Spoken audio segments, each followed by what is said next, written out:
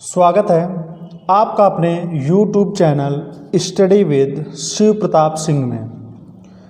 तो क्लास 6 की मैथ में देखेंगे अभ्यास 13B और 13B का पहला प्रश्न क्या है, त्रिभुज ABC की रचना कीजिए। त्रिभुज ABC बनाना है जबकि AB बराबर 6 सेंटीमीटर, BC 8 सेंटीमीटर तथा AC 4 सेंटीमीटर होना चाहिए। आपको ऐसा त्रिभुज बनाना है।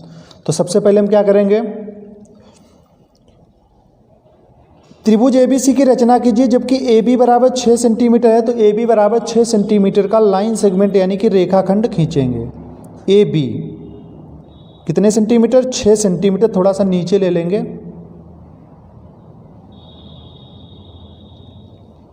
सबसे पहले हम क्या करेंगे, जीरो पे पॉइंट लगाएंगे। हमेशा जो लाइन खींचते हैं, लाइन सेगमेंट खींचते हैं, जीरो से चालू करते हैं, बिल्कुल किनारे से ना चालू करना। तो यहाँ पर हो गया जीरो। जीरो के बाद 6 सेंटीमीटर का लाइन सेगमेंट बनाना है। तो 6 के सामने हल्का सा पॉइंट लगाएंगे और दोनों को क्या कर देंगे, आपस में मिला देंगे। मिलाने के बाद हमारा रेखाखंड तैयार हो जाता है 6 सेंटीमीटर का। तो यहाँ पर लिखेंगे A और आगे क्या लिखेंगे B और इसकी दूरी कितनी लिख देंगे, 6 सेंटीमीटर। 6 सेंटीमीटर। तो AB बराबर 6 सेंटीमीटर हो गया। अब AB बराबर 6 सेंटीमीटर के बाद BC 8 सेंटीमीटर खींचना है। BC क्या करना है, 8 सेंटीमीटर खींचना है। तो 8 सेंटीमीटर कैसे खींचेंगे, पटरी लेंगे। पटरी पर 8 सेंटीमीटर कहाँ पर है, पटरी में 8 सेंटीमीटर, ये है 8 सेंटीमीटर। तो 8 सेंटीमीटर पर प्रकार की नोक रखेंगे और इसको हम फैलाएंगे कहाँ तक, जीरो तक। तो यहाँ पर ये देखिएगा, इसमें जो प्रकार और पेंसिल के बीच की दूरी जो आ गई है, अब 8 सेंटीमीटर आ गई है। कितने सेंटीमीटर, 8 सेंटीमीटर। तो इसको हम क्या करेंगे, क्योंकि BC 8 सेंटीमीटर खींचना है तो B से हम चाप लगाएंगे तभी BC होगा जाके। तो यहाँ से चाप लगाएंगे कितने सेंटीमीटर की दूरी पर, 8 सेंटीमीटर। इस तरीके से चाप लगाएंगे हम। अगर ऊपर नीचे नहीं करना है, क्योंकि 4 सेंटीमीटर का बनाना है तो 4 सेंटीमीटर दूरी होनी चाहिए, नहीं कि बहुत ऊपर लगा दिया उधर फिर मिल नहीं रहा है, तो फिर से दूरी लेना पड़ेगा। तो नीचे रखेंगे अधिकतर, क्योंकि 4 सेंटीमीटर काटना है ना। तो BC 8 सेंटीमीटर हो गया। इसके बाद में AC हमको बनाना है 4 सेंटीमीटर। तो 4 सेंटीमीटर कहाँ से लेंगे, पटरी पर रखेंगे। पटरी 4 सेंटीमीटर यहाँ पर है। अब दूरी थोड़ी सी क्या कर लेंगे, कम कर लेंगे। दूरी थोड़ी सी कम कर लेंगे। तो ये हमारी दूरी आ गई है 4 सेंटीमीटर की। दिख रहा है आपको, 4 सेंटीमीटर, यानी कि 4 सेंटीमीटर ये दूरी हो गई। और 4 सेंटीमीटर के बाद क्या AC कहता है 4 सेंटीमीटर। तो AC, तो A से हम चाप लगाएंगे 4 सेंटीमीटर की दूरी पर। तो थोड़ा सा ये जो चाप लगाएंगे 8 सेंटीमीटर वाला, थोड़ा नीचे तरफ लगाएंगे, ऊपर नहीं लगाएंगे। बाकी जो हमारा चाप में जो एक्स्ट्रा होता है तो इसको हम हटा देंगे। अब क्या करेंगे, इसके बाद दोनों को, यानी कि BC जो हमने 8 सेंटीमीटर खींची थी उसको हम मिला देंगे। मिलाने का जो तरीका होगा आपका वो बिल्कुल यहाँ पर रख के देख लीजिएगा, बिल्कुल वहीं से जाते वहीं पर मिले जाके, कम ज़्यादा ना हो। अब AC 4 सेंटीमीटर था तो इसको भी हम मिला देंगे।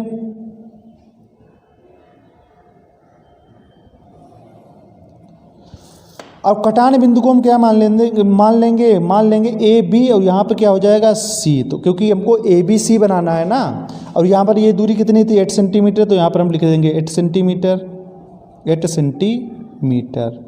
इधर कितना था, 4 सेंटीमीटर। तो यहाँ पर लिख देंगे 4 सेंटीमीटर। तो यही हमारा अभीष्ट त्रिभुज ABC तैयार हो जाता है। एक बार चेक कर लेंगे। AB यहाँ से देखिएगा 6 सेंटीमीटर के बराबर है, 8 सेंटीमीटर के बराबर है। फिर इसके बाद ये देखेंगे तो ये कितना मिलेगा, 4 सेंटीमीटर। तो ये हमारा है 4 सेंटीमीटर की दूरी। तो इस प्रकार से दोबारा चेक भी कर लेंगे। तो ये हमारा बनके तैयार हो जाता है फिगर। जब फिगर बन जाएगी तब लिखेंगे हम रचना। रचना हम लिखेंगे नहीं, हम ऐसे बता देंगे रचना क्या करना है आपको। यहाँ पर लिखेंगे रचना, तो आपको नीचे लिखना है फिगर के नीचे। रचना में पॉइंट डाल के लिखा जाता है। कैसे लिखेंगे, जो हमने फिगर बनाते समय जो हमने कार्य किए हैं बस आपको वही लिखना है। क्या लिखना है, सर्वप्रथम एक रेखाखंड ए बी बराबर 6 सेंटीमीटर खींचा। तो सबसे पहले यही तो कार्य किया था, तो लिख देंगे लाइन पहली। तो सर्वप्रथम एक रेखाखंड ए बी बराबर 6 सेंटीमीटर खींचा। फिर इसके बाद बी को केंद्र मानकर प्रकार और पेंसिल के बीच की दूरी 8 सेंटीमीटर लेकर एक चाप लगाया। क्या लगाया? चाप लगाया। तीसरा पॉइंट क्या हो जाएगा? फिर ए को केंद्र मानकर प्रकार और पेंसिल के बीच की दूरी 4 सेंटीमीटर लेकर एक चाप लगाया। कटान बिंदु को क्या मान लिया? सी मान लिया। इसके बाद में अगला जो पॉइंट होगा, ए से सी को मिलाया तथा बी से सी को मिलाया, तो यही हमारा अभीष्ट त्रिभुज ABC होगा। तो ये आपको रचना में जिस प्रकार से हम करते हैं उसी प्रकार से हम लिख देते हैं रचना में। तो ये आपका पहला प्रश्न हो जाता है। इसके बाद देखेंगे दूसरा प्रश्न। तो अब देखेंगे अगला प्रश्न दूसरा। दिया गया निम्नांकित त्रिभुजों के जोड़ों में भुजाओं की नाप अंकित है। ये जोड़ा दिया गया है त्रिभुज का, इसमें भुजाओं की माप भी दिखाई गई है। तो इसमें भुजा सर्वांग समता प्रतिबंध का प्रयोग करके बताइए कौन त्रिभुज किस त्रिभुज के सर्वांग सम है, और उत्तर को सांकेतिक भाषा में लिखिए। तो भुजा का मतलब है कि जो हमारा त्रिभुज दिया गया होता है, यानी कि भुजा, एक भुजा दूसरी भुजा के बराबर, दूसरी वाली तीसरी, यानी कि ये जो भुजाएं जो होंगी वो सभी आपस में कैसी होंगी? बराबर होंगी। जब तीनों भुजाएं आपस में बराबर होंगी तो इस सर्वांग समता प्रतिबंध नियम का प्रयोग हो जाएगा। तो इसको हमको कैसे बताना है कि किस त्रिभुज के सर्वांग सम है? उत्तर को सांकेतिक भाषा में लिखिए। तो यहाँ पर लिखेंगे त्रिभुज, जो भी दो त्रिभुज जोड़े में दिए गए हैं, यानी कि ACD, त्रिभुज ACD तथा त्रिभुज ADB में, तथा त्रिभुज ABD में, ABD या ADB में। तो इन दोनों त्रिभुज में देखेंगे कि कौन सी भुजा किसके बराबर है। तो एक त्रिभुज हमारा ये बन जाता है और एक त्रिभुज उधर होता है। तो यहाँ पर देखेंगे भुजा यानी कि तीनों भुजाएं बराबर होनी चाहिए, तभी त्रिभुज सर्वांग सम होगा। तो ये हमारी जो AC है, यानी कि इस वाले त्रिभुज में AC भुजा बराबर है, यानी कि भुजा AC बराबर है किसके? दूसरे वाले त्रिभुज में देखेंगे तो BD के बराबर है। AC भुजा जो है, भुजा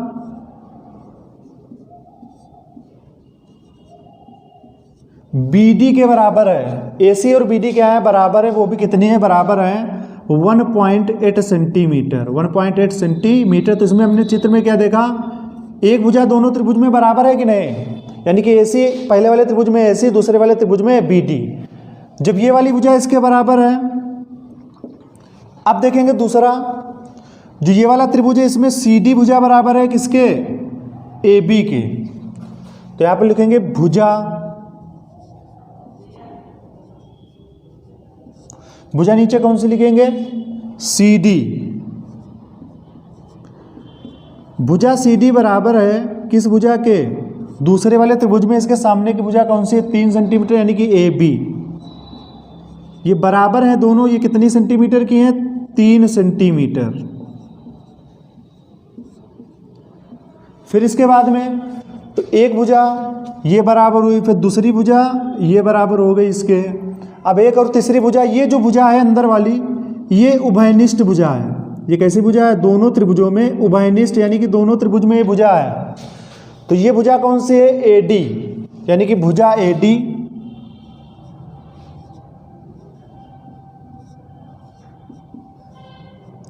भुजा AD बराबर है भुजा किसके? AD के ही, क्योंकि ये भुजा कैसी है? ये उभयनिष्ठ है। ये है इसकी 3 सेंटीमीटर। अंदर वाली जो भुजा है, यानी कि विकर्ण जो है वो हमारा है 3 सेंटीमीटर। ये दोनों में क्या है? उभयनिष्ठ है, उभयनिष्ठ भुजा। तो यहाँ पर हम क्या देखते हैं? यानी कि एक भुजा, दो भुजा, यानी कि तीनों भुजाएं आपस में बराबर हैं, तो भुजा भुजा भुजा का सर्वांग समता प्रतिबंध का प्रयोग करके हमको बताना है। तो ये भुजा यानी कि एसी भुजा बराबर है बीडी के, सीडी है एबी के, एडी है एडी, ये उभयनिष्ठ भुजा है। तो अतः क्या लिख देंगे, क्योंकि भुजा भुजा भुजा का मतलब है तीनों भुजाएं त्रिभुज की, दो अलग अलग त्रिभुज दिए थे जोड़े में, तीनों भुजाएं आपस में कैसी हैं, एक त्रिभुज दूसरे त्रिभुज के बराबर है। तो अतः हो जाएगा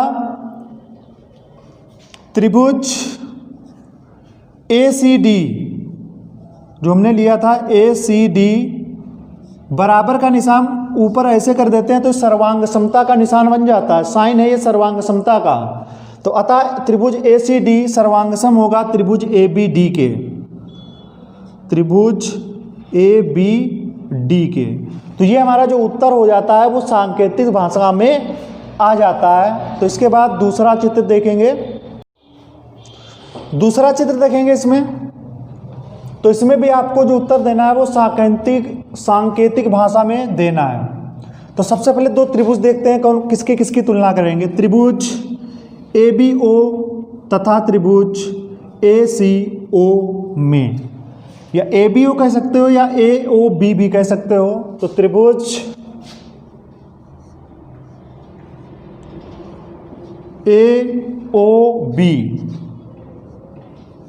AOB कौन सा है, ये वाला त्रिभुज है AOB। दूसरा कौन सा है AOC, तो त्रिभुज AOB तथा त्रिभुज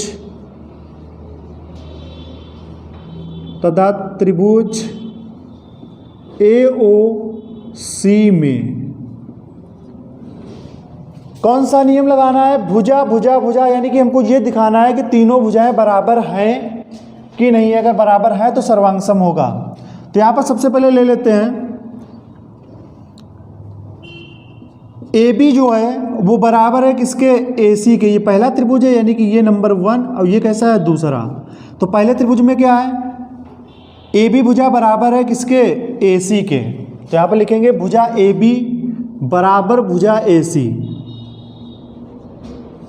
भुजा AB और बराबर भुजा है किसके, AC के। और दोनों भुजा कैसी हैं, नाप की है वो 3.6 सेंटीमीटर की हैं, 3.6 सेंटीमीटर बराबर कितनी है, 3.6 सेंटीमीटर। एक भुजा हमको मिल गई यानी कि बराबर है पहले और दूसरे में। फिर दूसरे में देखते हैं क्या है, BO बराबर किसके है, OC के।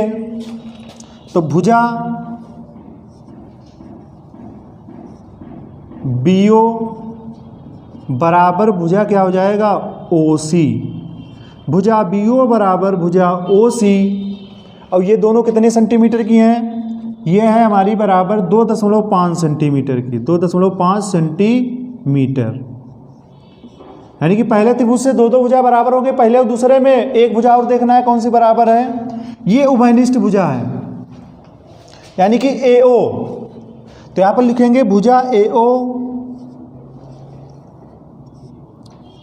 भुजा AO बराबर होगी भुजा AO के, क्योंकि ये दोनों त्रिभुज में समान है यानी कि उभयनिष्ठ है।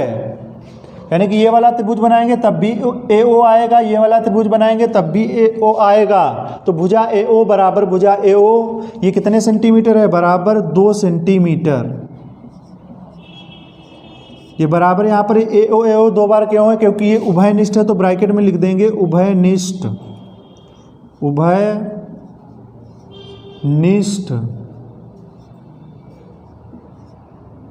उभयनिष्ठ भुजा। जब उभयनिष्ठ हो जाएगा तो तीनों भुजाएं आपस में समान है, यानी कि त्रिभुज जो है उसमें तीनों भुजाएं आपस में कैसी हैं, समान हैं। तो ये भुजा भुजा भुजा सर्वांग समता प्रतिबंध का प्रयोग हो जाएगा। तो लिख देंगे अतः त्रिभुज, जिसकी हम तुलना कर रहे थे वही त्रिभुज सर्वांगसम हो जाएगा। अतः त्रिभुज AOB बराबर का निशान ऊपर से थोड़ा टेढ़ा, यानी कि सर्वांगसम का निशान हो जाएगा। सर्वांगसम त्रिभुज क्या हो जाएगा, AOC। अतः AOB सर्वांगसम त्रिभुज AOC। तो क्या हो जाएगा, अतः त्रिभुज AOC, यहाँ पर त्रिभुज लगा लेंगे, अतः त्रिभुज AOC सर्वांगसम त्रिभुज हो जाएगा AOC के, AOB जो है AOC के सर्वांगसम हो जाएगा, क्योंकि तीनों भुजाएं आपस में कैसी हैं, सभी बराबर हैं। तीसरे चित्र में जो जोड़े हैं ये दो हैं समान जोड़े, तो इसमें भी भुजा भुजा भुजा सर्वांग समता प्रतिबंध का प्रयोग करके बताना है कि किस त्रिभुज, कौन त्रिभुज किस त्रिभुज के सर्वांग सम है। तो उत्तर को सांकेतिक भाषा में लिखिए। सबसे पहले त्रिभुज के नाम लिखेंगे, किस किस त्रिभुज की तुलना कर रहे हैं, त्रिभुज ABC तथा त्रिभुज PQR में, त्रिभुज ABC तथा त्रिभुज PQR में। अब इसमें हमको दिखाना होगा कि कौन सी भुजा किस भुजा के बराबर है, तीनों भुजाएं बराबर होंगी तभी सर्वांगसम त्रिभुज होगा ये। तो यहाँ पर देखिएगा ये पहला फिगर है और ये दूसरा फिगर है, इसमें कौन कौन सी भुजा कौन कौन सी बराबर हैं। तो ये AB के बराबर भुजा है कौन सी, PQ। तो भुजा AB बराबर भुजा PQ, भुजा AB बराबर भुजा PQ। और ये दोनों जो रेखाखंड है वो कितने हैं, 1.8 सेंटीमीटर, 1.8 सेंटीमीटर के हैं। यानी कि पहले वाले त्रिभुज में दूसरे वाले त्रिभुज एक भुजा बराबर निकली। अब नीचे आधार वाली देखेंगे, BC जो भुजा बराबर है वो QR के है, तो भुजा BC बराबर हो जाएगी भुजा QR। तो ये जब बराबर हुई तो बराबरी कितने हैं, 2.8 सेंटीमीटर की है, 2.8 सेंटीमीटर। तीसरी भुजा भी देखेंगे, AC भुजा बराबर है PR के, तो भुजा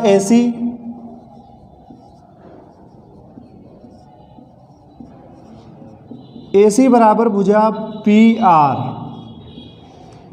अब इसमें उभयनिष्ठ ना लिख देना क्योंकि दोनों में अलग अलग फिगर है, तो इसमें उभयनिष्ठ नहीं होगा। ये दोनों किसके बराबर कितनी है, यह हमारी 2.4 सेंटीमीटर, बराबर लिख देंगे 2.4 सेंटीमीटर। एक त्रिभुज में तीन भुजाएं होती हैं, तीनों भुजाएं एक दूसरे यानी कि एक भुजा दूसरे भुजा यानी कि त्रिभुज में मिल रही है बराबर, तो ये कैसा हो जाएगा, सर्वांगसम त्रिभुज हो जाएगा। जो हमने ये पहले लिखा था जिसकी तुलना कर रहे थे, तो लिख देंगे अतः त्रिभुज ABC सर्वांगसम का ये निशान बनाएंगे, त्रिभुज ABC सर्वांगसम त्रिभुज PQR। ये दोनों त्रिभुज कैसे हैं, सर्वांगसम है, तो ये आपका प्रश्न नंबर 2 हो जाता है। अगला प्रश्न देखेंगे तीसरा,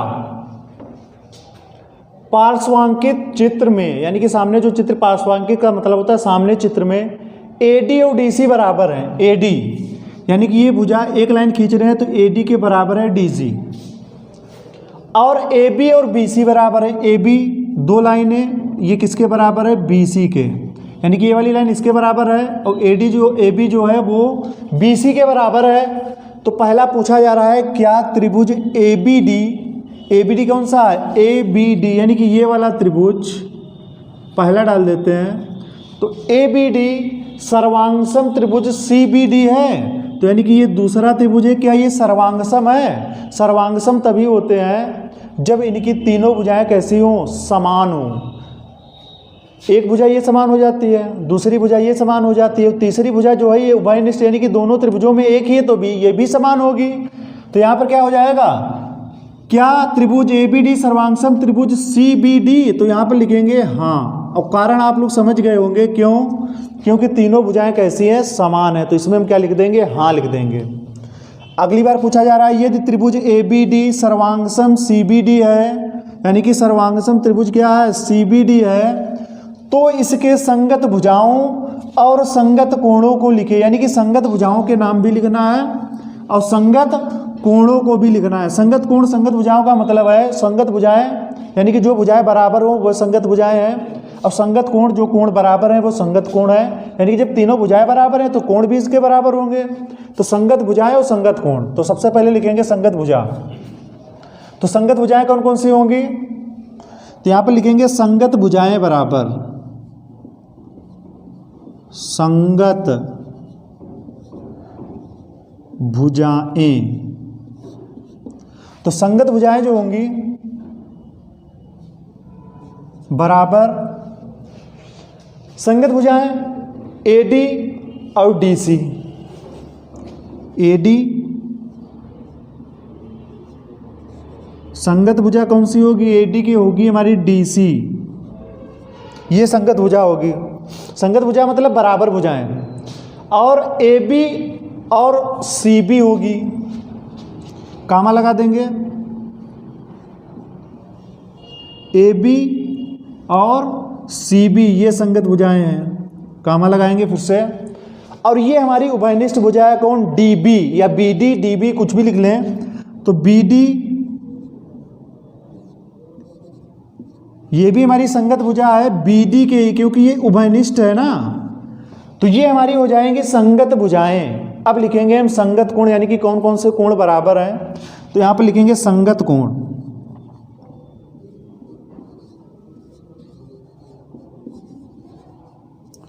तो संगत कोण बराबर, यहां पर त्रिभुज में 3 ही कोण होते हैं, तो वही कौन कौन सा संगत कोण है?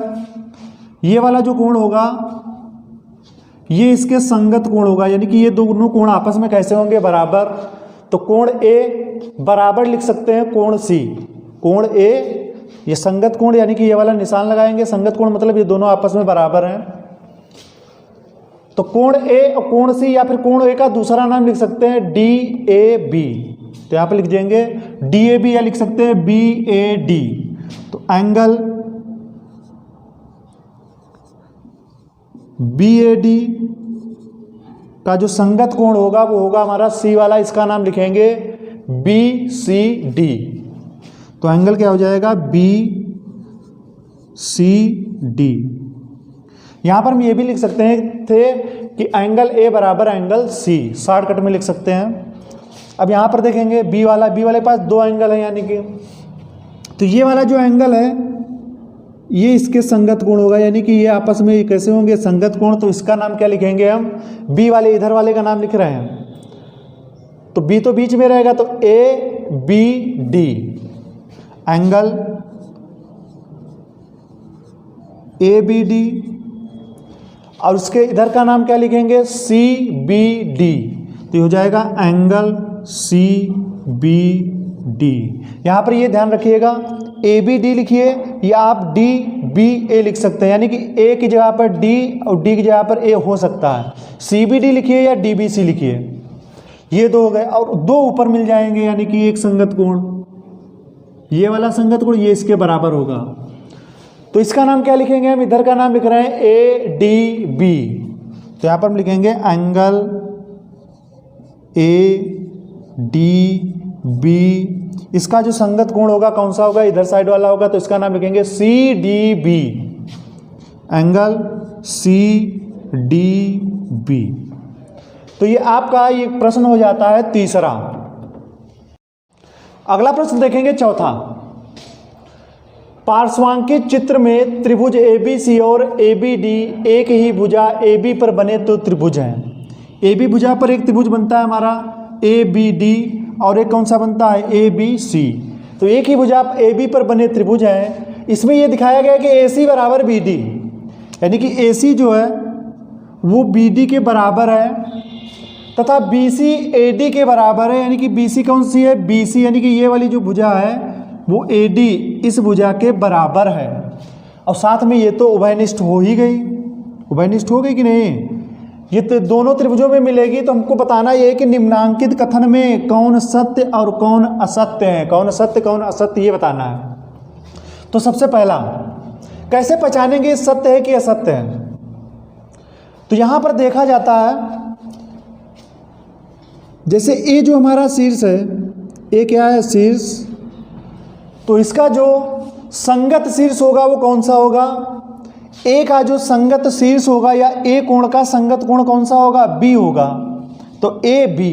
तो यहां पर देखिएगा त्रिभुज ए, इधर क्या मिलना चाहिए? बी। तो ए बी नहीं है, ए इधर बी नहीं है, ए है और इधर ये बी मिल रहा है, तो कहने का मतलब ये क्या हो जाएगा, सही हो जाएगा और बाकी ये दो क्या हो जाएंगे, गलत हो जाएंगे।